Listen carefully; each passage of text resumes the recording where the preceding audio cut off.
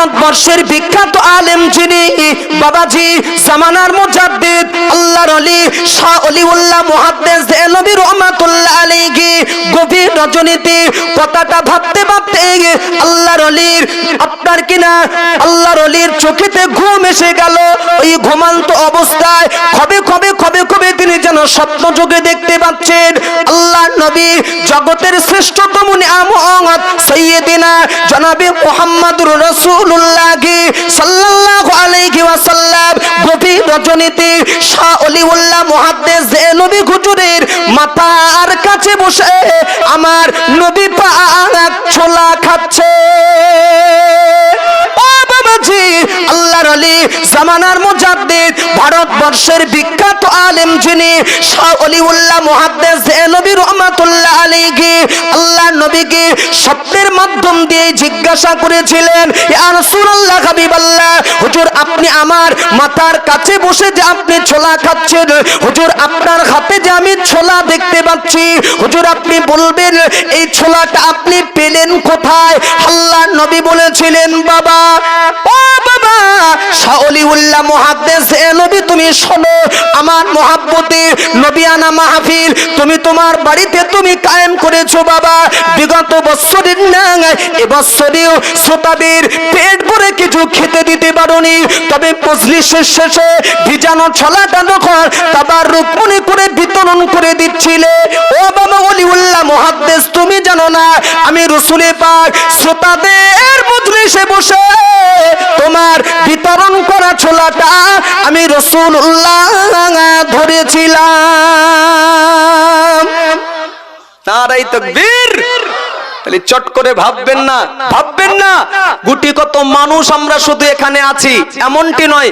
এজন্য শুরুতে বলেছি আহলে সুন্নাত ওয়াল জামাআতের আকীদা হলো এই ধরনের মাহফিলগুলোতে রুহানি হালাতে আল্লাহর নবী হাজির হতে পারেন।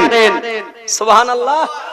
চলুন নম্বর 2, দরবারে ফুরফুরা শরীফ তো আপনাদের যাওয়া হয়, কম বেশি প্রত্যেকেই আমরা যাই। 21, 22, 23 ফাল্গুন ইসালে সওয়াব আসলে আপনারা কি যান? যাই, অনেকেই যাই। তাই ওই যে জলসাটা না, এটি দাদা হুজুর কেবলার ইন্তেকালের পরে শুরু হয়নি, হয়েছে হুজুর কেবলার হায়াতে বেঁচে থাকা অবস্থায়। তবে ছোট আকারের হতো, সময় যত যাচ্ছে সাল যত ঘুরছে লক্ষ লক্ষ মানুষের একটা সমাগম, একটা বৃহত্তম জায়গা তৈরি হয়ে গিয়েছে ভাই সময়ের উপরে ভিত্তি করে। তো হুজুর কেবলা হায়াতে বেঁচে আছেন, দাদা হুজুর কেবলা হায়াতে বেঁচে আছেন। দরবারে ফুরফুরা শরীফের 21, 22, 23 ফাল্গুন ইসালে সওয়াবের তারিখ এসে গেল। 3 দিন জলসা, আর ওই 3 দিন জলসায় বাদ মাগরিব জিকিরের মাহফিল করবেন আল্লাহর ওলি মুজাদ্দিদে জামান আলা হযরত দাদা হুজুর কেবলা রহমাতুল্লাহ আলাইহি। শুনেন এই তথ্যটা নেন, আমার সাবজেক্টের দিকে আমি ফিরে যাব। 3 দিন জিকির করবেন, আর জিকির করা শেষ হয়ে গেলে দাদা হুজুর কেবলার পরের বক্তা হিসাবে যিনি উঠবেন বসিরহাটের আল্লামা রুহুল আমিন সাহেব রহমাতুল্লাহ আলাইহি, উনি দ্বিতীয় বক্তা। হ্যাঁ গো, দাদা হুজুর কেবলার পরের বক্তা যদি বসিরহাটের আল্লামা রুহুল আমিন সাহেব হুজুর হয়ে থাকেন, খুব চুনোপুটি আলেম মনে হচ্ছে? বলেন না, দাদা হুজুরের পরে ওয়াজ করবে, স্টেজ ধরে রাখবে, কত বড় আলেমের প্রয়োজন। এক কলি নেন, এক কলি। আপনারা তো বসিরহাটের মানুষ তাই না? আমি তো প্রায় জায়গা বলি, আজও বলছি আপনাদের তকদির অনেক চওড়া। হ্যাঁ, যে এত বড় জবরদস্ত আলেম আপনাদের কোলেতে শুয়ে আছে। কত বড় আলেম? এক কলি নেন। যে বসিরহাটের আল্লামা রুহুল আমিন সাহেব রহমাতুল্লাহ আলাইহি সম্পর্কে দাদা হুজুর কেবলা বলে গিয়েছেন, বসিরহাটের বড় মাওলানা আল্লামা রুহুল আমিন সাহেব রহমাতুল্লাহ আলাইহি, বসিরহাটের বড় মাওলানা আল্লামা রুহুল আমিন সাহেব রহমাতুল্লাহ আলাইহি, উনি হলেন ইলমের দরিয়া, ইলমের সাগর। উনি হলেন ইলমের দরিয়া, ইলমের সাগর। ওই দরিয়ার ওই সাগরের জায়গা হলো আমার মৃত সন্তান আবু জাফর। এটি দাদা হুজুর কেবলা বলেছেন, ইলমের দরিয়া, ইলমের সাগর। তো 3 দিন বাদ মাগরিব, কথা যেটা বলছি বলে দিই, জিকিরের মাহফিল করবেন আল্লাহর ওলি দাদা হুজুর কেবলা রহমাতুল্লাহ আলাইহি। জিকির শেষ, পরের বক্তা হিসাবে উঠে পড়েছেন বসিরহাটের আল্লামা রুহুল আমিন সাহেব রহমাতুল্লাহ আলাইহি, ফুরফুরার মাটিতে। জায়গাটা টিনের আটচালার ভিতরে, চেনেন কি? বড় দরবারে ফুরফুরা শরীফের, ওটাই একটা ঐতিহ্যপূর্ণ জায়গা, খুব ফজিলাতওয়ালা একটা জায়গা। যদি বলেন কেন, কত ফজিলাত বুঝে যাবেন। ওই জায়গা ওয়াজ করছেন আল্লামা রুহুল আমিন সাহেব হুজুর দাঁড়িয়ে, অসংখ্য মুরিদ দাদা হুজুর কেবলার সামনে বসে শুনছেন। তার ভিতরে একজন ব্যক্তি ওয়াজ শুনছিলেন মজলিসের কিনারায় বসে, সাধারণ মানুষ নন, জবরদস্ত আলেম দাদা হুজুর কেবলার বিখ্যাত একজন খলিফা, বাড়ি বাংলাদেশে, মাওলানা নেসারউদ্দিন আহমেদ রহমাতুল্লাহ আলাইহি। যত খলিফা আছে খুলে দেখবেন ওনার নামটাও পাবেন, বাড়ি বাংলাদেশে নেসারউদ্দিন আহমেদ রহমাতুল্লাহ আলাইহি। ওয়াজ শুনছেন আল্লামা হুজুরের ওয়াজ সাইটে বসে বসে। এই ওয়াজ মনে হচ্ছে এই বক্তা, এই শ্রোতার এই ওয়াজ যখন করতেন মনে হতো আসমান থেকে যেন ভেসে ভেসে আসছে। কি তাসির! আমরা কথা বলি অন্তরেও টাচ হয় না, বিশ্বাস করুন। তানারা ওয়াজ যখন করতেন না, বক্তা শ্রোতার একটা তাসিরের ব্যাপার হতো, আমলের জায়গা তৈরি হয়ে যেত। ওয়াজ করছেন, এক ধ্যানে পীর ভাই ওয়াজ করছেন, উনি কিনারায় বসে বসে শুনছেন। বসিরহাটের আল্লামা রুহুল আমিন সাহেব রহমাতুল্লাহ আলাইহি, ও বাবাজি, টিনের আটচালার ভিতরে যখন দাঁড়িয়ে ওয়াজ নসিহত করছিলেন, ওই ওয়াজ নসিহত মাওলানা নেসারউদ্দিন আহমেদ রহমাতুল্লাহ আলাইহি আল্লামা হুজুরের ওয়াজ কিনারায় বসে বসে বসে বসে এক ধ্যানে এক মনে উনি শুনছিলেন। ওয়াজ শুনতে শুনতে শুনতে শুনতে হঠাৎ করে মাওলানা নেসারউদ্দিন আহমেদ রহমাতুল্লাহ আলাইহি হঠাৎ করে বলে উঠেছিলেন, বাবারা বাবারা বাবারা, ও বাবার আগা, দাঁড়িয়ে যান, দাঁড়িয়ে যান, আর বসে থাকবেন না বাবারা, দাঁড়িয়ে যান। আল্লামা রুহুল আমিন সাহেব হুজুর টিনের আটচালার ভিতরে যে দাঁড়িয়ে ওয়াজ নসিহত করছেন, এই ওয়াজ নসিহত শ্রবণ করার জন্য আল্লাহ নবী মদিনার জমিনে আর থাকতে পারেননি। চোখ যদি আল্লাহ তোমাদের দিয়ে থাকে গো বাবারা, অন্তরের চোখটা একটা বার জ্বালিয়ে দেখো। আমি মাওলানা নেসারউদ্দিন, আমি আমার চামড়ার চোখে দেখতে পাচ্ছি আল্লামা হুজুর দাঁড়িয়ে যে ওয়াজ নসিহত করছেন, ওই ওয়াজ নসিহত শ্রবণ করার জন্য আল্লাহ নবী মদিনার জমিনে আর থাকতে পারেননি গো। আল্লাহ নবী মদিনার জমিন ছেড়ে দিয়ে রুহানি হালাতে আমার নবী পাক ফুরফুরার মাটিতে হাজির হয়ে গিয়েছে। ও বাবারা, তবে আমি আমার চামড়ার চোখে দেখতে পাচ্ছি আল্লাহ নবী একা ফুরফুরার জমিনে আসেননি, আমার নবী পাকের সঙ্গে রয়েছেন বিশিষ্ট 5 জন সাহাবা। সাহাবী আবু বকর রাদিয়াল্লাহু আনহু, হযরত ওমর রাদিয়াল্লাহু আনহু, হযরত উসমান রাদিয়াল্লাহু আনহু, হযরত আলী রাদিয়াল্লাহু আনহু। এই 4 জন ব্যতীত আমার নবী পাকের সঙ্গে আরো একজন সাহাবী ছিলেন, যিনি হলেন মদিনার মসজিদে নববী শরীফের মুয়াজ্জিন, নাম হলো হযরত বিলাল। এই 5 জন সাহাবাকে নিয়ে আল্লাহ নবী রুহানি হালাতে ফুরফুরা জমিনে হাজির হয়ে গিয়েছে। দুটো দৃষ্টান্ত দিলাম, মনে রাখবেন। আহলে সুন্নাত ওয়াল জামাআতের আকীদা এই ধরনের মাহফিলগুলোতে রুহানি হালাতে খোদ আল্লাহর নবী হাজির হতে পারেন। বলুন সুবহানাল্লাহ। এই ওয়াজ স্টপ করে দিচ্ছি। বিগত বছরে আমি একটা ওয়াজ করেছিলাম, তবে সে ওয়াজ মাথায় উঠেনি, আমার মাথায় আছে।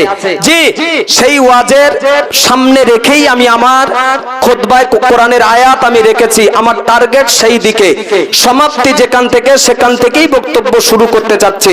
মহান আল্লাহ কোরআনের এই আয়াতে কারিমার ভিতরে বললেন, ওয়ালাকাদ কাররামনা বানি আদামা। ধ্যান দিন, মূল বক্তব্যে ফিরে আসছি।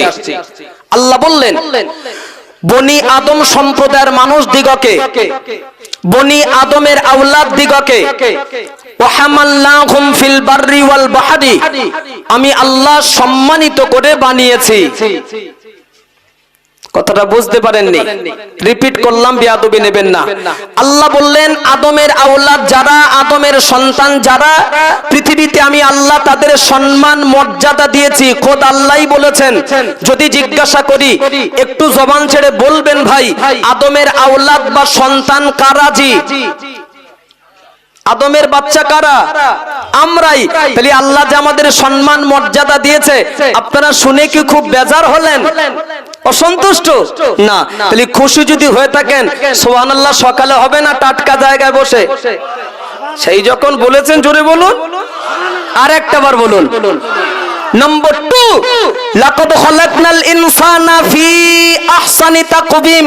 মহান আল্লাহ বললেন মানুষ সম্প্রদায়কে আমি আল্লাহ সুন্দর আকৃতি দিয়ে, সুন্দর গঠন করে আমি আল্লাহ জগতে পাঠিয়েছি। আর একটু জোরে হবে না? নম্বর 3, কুনতুম খায়রা উম্মাতিন উখরিজাত লিন-নাস। আল্লাহ বললেন तमाम পৃথিবীতে আমি আল্লাহ আমার তরফ থেকে যত সৃষ্টি পাঠিয়েছি, সমস্ত সৃষ্টির ভিতর দিয়ে ছাঁটাই করে বাছাই করে আমি আল্লাহ শ্রেষ্ঠত্ব দান করেছি উম্মতে মুহাম্মাদীদেরকে। আর একটু খুশি হয়ে বলেন বাবাজি।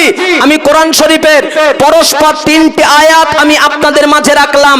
নম্বর 1, আদম সম্প্রদায়ের মানুষ আমরা। নম্বর 2, আল্লাহর বান্দা হিসাবে আমরা। নম্বর 3, আখিরি নবীর উম্মত হিসাবে শুকরিয়া আল্লাহর, সে তালিকায় আমাদের সকলের নাম। সুবহানাল্লাহ বলুন। এই পৃথিবীতে এত সম্মান, এত মর্যাদা, এত ইজ্জত আল্লাহ আমাদের দিয়েছে। আল্লাহর কসম খেয়ে বলতে পারি আমাদের তুলনায় সম্মান, আমাদের তুলনায় মর্যাদা, আমাদের তুলনায় শ্রেষ্ঠত্ব আল্লাহর বিশ্ব জুড়ে, পৃথিবী জুড়ে আল্লাহ পাক আমাদের তুলনায় আর কাউকে বেশি দেননি। সর্বদিক থেকে আমরাই আগে, সর্বদিক থেকে আমরাই উন্নত, সম্মানে, মর্যাদায়, আদরে, কদরে, ইজ্জতে, সব দিক থেকে আল্লাহ আমাদের স্থান অনেক উঁচু জায়গায় দিয়েছে।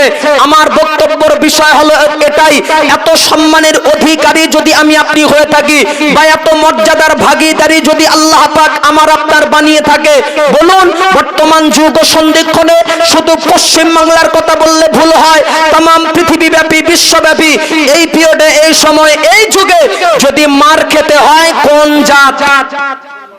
মুসলমান জাত। আমার কম, আমার ভাই সমাজের মুসলমান।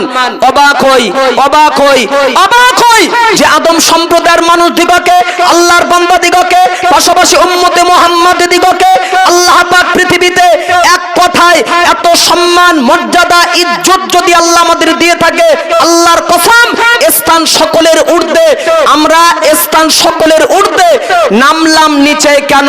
মুসলমান হিসাবে আমরা মার খাবো কেন? লাঞ্ছিত, বঞ্চিত, অপমানিত হব কেন? আমরা তো সৃষ্টির সেরা। মহান আল্লাহ কোরআনের অপর আয়াতে আল্লাহ বলেছেন ইন্নাদ দীনা ইনদাল্লাহিল ইসলাম। পৃথিবীতে যত ধর্ম রয়েছে আল্লাহ বলেছেন আমার কাছে মনোনীত ধর্ম, পছন্দনীয় ধর্ম, ওই ধর্মের নাম ইসলাম ধর্ম।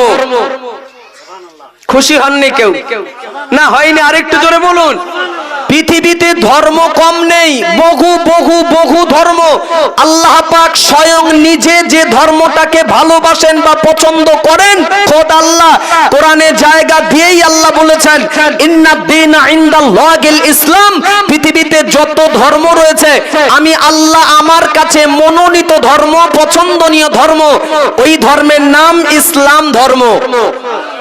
এইবারে বুঝুন, বক্তব্য বুঝবেন ভাই। ইসলাম ধর্মটাই যদি আল্লাহর মনোনীত হয়, ইসলাম ধর্মটাই যদি আল্লাহর পছন্দনীয় হয়, তাহলে সেই ইসলাম ধর্মকে যারা মেনে নেবেন, ওই ধর্মের অনুসারী যারা হবেন, এনারাও হবে আল্লাহর কি হবে? মনোনীত। ঠিক কেন? ইসলাম ধর্মটাই আল্লাহর মনোনীত, পছন্দনীয়, আর ওই ধর্মের অনুসারী যারা হতে পারবে ওনারাও হবে আল্লাহর মনোনীত, আল্লাহর পছন্দনীয়। কি গো, আল্লাহর মনোনীত ধর্মের মানুষ যারা, আল্লাহর পছন্দনীয় ধর্মের মানুষ যারা, পৃথিবীতে আমার আল্লাহ কি তাদের মার খাওয়ায়? হ্যাঁ দেন না। আল্লাহর পছন্দনীয় ধর্মের মানুষ আমরা, কেন আল্লাহ আমাদের মার খাওয়াবেন, অপমানিত করবেন? যদিও মার খাই বা খেয়ে বসি, আল্লাহর কোরআনে অপরাধ আল্লাহ কি বলছে দেখুন, ওয়াকানা হাক্কান আলাইনা নাসরুল মুমিনিন। পৃথিবীতে যারা মুমিন হবেন তাদের বিপদ ও মুসিবতে আমি আল্লাহ আমার তরফ থেকে সাহায্য করা হক। সুবহানাল্লাহ বলুন। মুমিন বান্দা বান্দিরা যখন বিপদ ও মুসিবতে পড়বে, সমস্যার সম্মুখীন হবে, আল্লাহর তরফ থেকে সাহায্য আসাটা আল্লাহর হক, নৈতিক দায়িত্ব। কিন্তু পাই না কেন? তাই যদি হয়, ছুড়ে দিলাম প্রশ্ন আপনাদের কাছে, আল্লাহর তরফ থেকে সাহায্য আসাটা আল্লাহর হক, নৈতিক দায়িত্ব, আল্লাহ বলেছেন, কিন্তু পাই না কেন? সাবজেক্ট চটপট করে মাথায় নিয়ে নেন। তিনটা আয়াত দিয়ে এতক্ষণ বোঝাতে চেয়েছে এটাই, আল্লাহ আমাদের সম্মান, মর্যাদা, ইজ্জত পৃথিবীতে কতটা দিয়েছে। সৃষ্টির সারা স্থান সকলের ঊর্ধ্বে, নামলাম নিচে কেন? কেন ভাই? ছড়ি তো মুসলমানদের হাতে আল্লাহ দিয়েছেন, পিটে আসার কারণটা কি? হ্যাঁ, ছড়ি ছিল হাতে, এসেছে সবে পিঠে। স্থান ছিল ঊর্ধ্বে, নেমেছি সবে নিচেই। কেন? কি কারণে, কি দোষে বা কাদের ভুলে, কাদের ত্রুটিতে? রাসূলুল্লাহর একটা হাদিস দিয়ে শুরু করছি, একটু ধৈর্যের পরিচয় রাখুন। হ্যাঁ, সৃষ্টির সেরা আমরা এতটুকু মনে রাখবেন।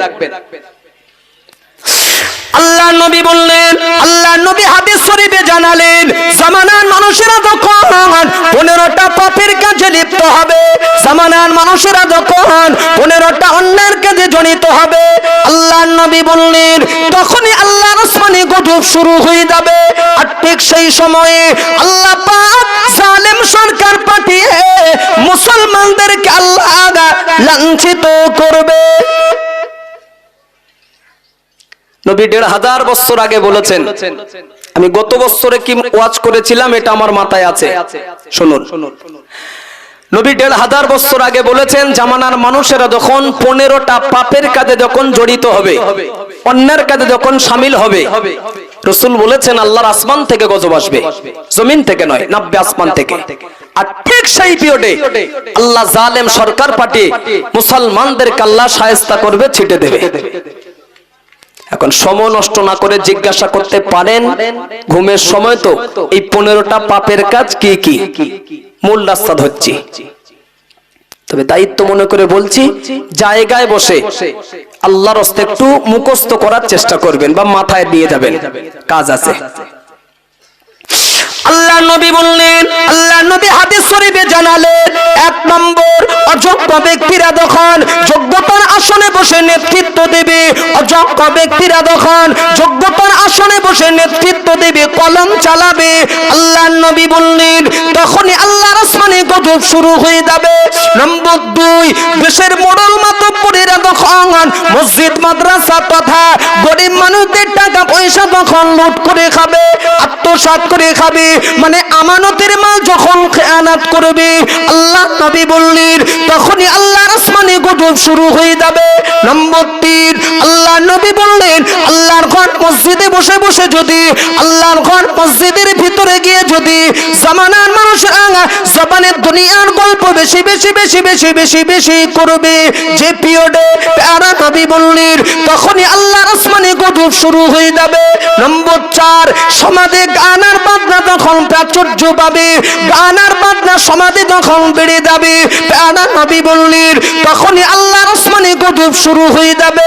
নম্বর 5, ধনী ব্যক্তিরা যখন যাকাত দেওয়াটাকে নিজেদের জন্য যখন জুলুম অত্যাচার বলে মনে করবে, ধনী ব্যক্তিরা যখন যাকাত দেওয়াটাকে নিজেদের জন্য যখন জুলুম বোঝা বলে মনে করবে, আল্লাহ নবী বললেন, তখনই আল্লাহ আসমানি গজব শুরু হবে। আল্লাহ একটু দম নিতে দেন, সত্যি আপনাদের সুবিধা করেই কেটে পড়েছে। আমি কিন্তু 15 পিস বলিনি, ধ্যান এবং ধৈর্য দুটোই যদি থাকে উত্তর সঠিক পাবো আলহামদুলিল্লাহ। অন্তর ভরা দোয়া থাকবে আপনাদের জন্য, এতটুকু কথা দিলাম। কটা বলেছে একটু বলবেন, মোহাব্বত করে বলেন একটু। জি 5, বাকি 10। আচ্ছা একটু সাইডে রাখছি, শোনেন। বলে বা কি করব, সময় পাবো 1.5 থেকে 2 ঘন্টা। আল্লাহ যদি তৌফিক দেয় বলা যদি শুরু করি, টুকটুক টুকটুক করে যদি আপনারা শুনতে থাকেন। এই যে 5টা পয়েন্ট আমি ভুল করে বলে ফেলেছি ভাই, এই 5টা পয়েন্টের উপরে কিছু কম বেশি 2-5 ঘন্টার ওয়াজ আছে। তাহলে আরো যে 10টা কথা রাখবো, তার উপরে কথা না বাড়ালে, বক্তব্য না করলে বুঝে আসবে না। জি, বক্তব্য আমরা করি, বোঝানোর একটা ধারা থাকে। এজন্য মাথার 10 একদম গোটা আছে সাইডে রেখে শুরু থেকে যে 5টা বলে ফেলেছি, টুকটুক করে কিছু কথা বলে নেই, সময় যদি পাই দেখা যাবে আরো মাথার 10 কথা। নম্বর 1, ধ্যান দিন, একদম প্রথম পয়েন্ট। নবী বলেছেন অযোগ্য ব্যক্তিরা যখন যোগ্যতার আসনে বসবে, নেতৃত্ব দেবে, কথা বলবেন আল্লাহর রাস্তে, মজলিসের আদব, অন্য কিছু নয়। কোরআনের আদবের খাতিরে একটু জবান বন্ধ করে শুনে নেন, আমল পরে হবে ইনশাআল্লাহ। শোনার কাজ যদি ভুল হয়ে যায়, আমলের কাজও ভুল হতে পারে। ধীর স্থির ভাবে দুটো কথা শোনার দাবি করছি। নবী বলেছেন অযোগ্য যারা, মূর্খ যারা বসবে চেয়ারে, নেতৃত্ব দেবে, কলম চালাবে, যখন আসমান থেকে খেলা শুরু। কথাটা শুনেছেন তো? আপনারা বসিরহাট এলাকার মানুষ, সঠিক রেজাল্টটা আমার জানা নেই, আপনাদের কাছ থেকে নিয়ে যাব। এই কথা অনুপাতে, নবী পাকের এই বাণী অনুপাতে প্রথম যে কথা, এই কথাকে সামনে রেখে এলাকায় চোখটা বোলান। আপনার এলাকার হালাতটা আপনি তো জানেন, সত্য রেজাল্ট যেটা সেটাই আপনি বলবেন। এই পয়েন্টের উপরে সমাজে কাজ বেঁধেছে কি? মাথা নাচছে, উত্তর দিতে ভয় পাচ্ছেন আপনারা, চেপে যান, আর বলবো না। রমজান শরীফ অনেক বাকি, এখন থেকেই যদি এতে কাবে নিয়ত করে বসে যান, তার বিরক্ত করে কি লাভ? চেপে যান। এই কথাটা বলুন তো, রাসূল 1500 বছর আগে সোনার জবানে যে কথাগুলো বলে গিয়েছেন, যে এমন একটা সময় আসবে, পিরিয়ড আসবে, এই জিনিসগুলো ঘটবে, এতদিন পূর্বে নবী বলে যে চলে গিয়েছেন, আমার নবীর বাণীগুলো, কথাগুলো সত্য হবে না মিথ্যা হবে? সত্য কথাটাই বলবেন, সত্য না মিথ্যা? সত্য। কত পার্সেন্ট? 100%। যাক, এইটাই যখন স্বীকার করেছেন, এইবার ধোলাই করতে আপনাদের সুবিধা হবে। একটু আগেই যখন বললাম যে অযোগ্য যারা, মূর্খ যারা বসবে চেয়ারে, নেতৃত্ব দেবে, কলম চালাবে, আসমান থেকে গজব শুরু হবে, তাহলে এই পয়েন্টের উপরে কাজ শুরু বেঁধেছে না বাঁধেনি? আপনাদের ভয় লেগেছে উত্তর দিতে, তাই এই কথাটা বললেন কি করে যে নবী যা বলে গিয়েছেন, নবীর কথা সত্য হবে এবং 100%। এটা যেমন চিল্লে বলেছেন, এর আগের কথাটা চিল্লে হয়নি কেন? ভয় পাচ্ছেন। তাহলে এই কথা অনুপাতে যদি কাজ না বাঁধে বা যদি বাস্তবায়িত না হয়, তাহলে নবীর কথা মিথ্যা হয়ে যাবে। জি, নবী বলেছেন অযোগ্য যারা, মূর্খ যারা বসবে চেয়ারে, কলম চালাবে, আসমান থেকে গজব শুরু হবে। তাহলে নবীর কথার উপরে কাজ বেঁধে যায়নি, বাঁধেনি।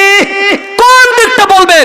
পারিবারিক দিক, সামাজিক দিক, ধর্মীয় দিক, রাজনৈতিক দিক, ভুল বুঝবেন না। কোন দিকটা বলবেন? সমাজে যারা শিক্ষিত মানুষ, পণ্ডিত মানুষ, জ্ঞানী মানুষ, অধিকাংশ জায়গায়, অধিকাংশ এলাকায় আজকাল শিক্ষিত মানুষের হাতে সমাজের দায়িত্ব নেই। পৃথিবী জুড়ে, বিশ্ব জুড়ে এখন মূর্খদের রাজত্ব শুরু হয়েছে ভাই। কাদের? রাগ করবেন না কিন্তু, জ্ঞানী মানুষের হাতে পেন থাকবে না। নবী বলেছেন কেড়ে দখল করবে সব মূর্খরা, তখন খোদার গজব শুরু। আমি আমার দিয়ে বোঝাচ্ছি, ধার করে লিখছি। যে পিওতে একজন মূর্খ বক্তা, অজ্ঞ বক্তা, নবিয়ানা মেম্বারে বসে যখন বক্তব্য দেবে, আর কোন একজন জ্ঞানী মানুষ যখন চটের কোনায় বসে তার বক্তব্য শ্রবণ করবে, খেলা শুরু। খেলা শুরু। তাহলে নবীর কথা অনুপাতে জ্ঞানী মানুষের স্থান একটু উঁচুতে। হ্যাঁ, নবীর কথা অনুযায়ী এই উঁচু থেকে যখন নিচে নামবে, আর নিচের থেকে যখন লাফিয়ে ঠেলে উপরে উঠবে, খোদার মাস শুরু হয়ে যাবে।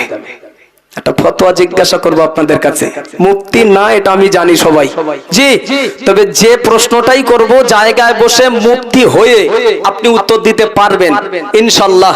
বলুন তো বাবু, অন্ধ ব্যক্তির হাতে যদি গাড়ির স্টারিং ধরিয়ে দেওয়া যায়, অন্ধ ব্যক্তির হাতে, এই গাড়ি রাস্তায় চলবে না খানায় পড়বে?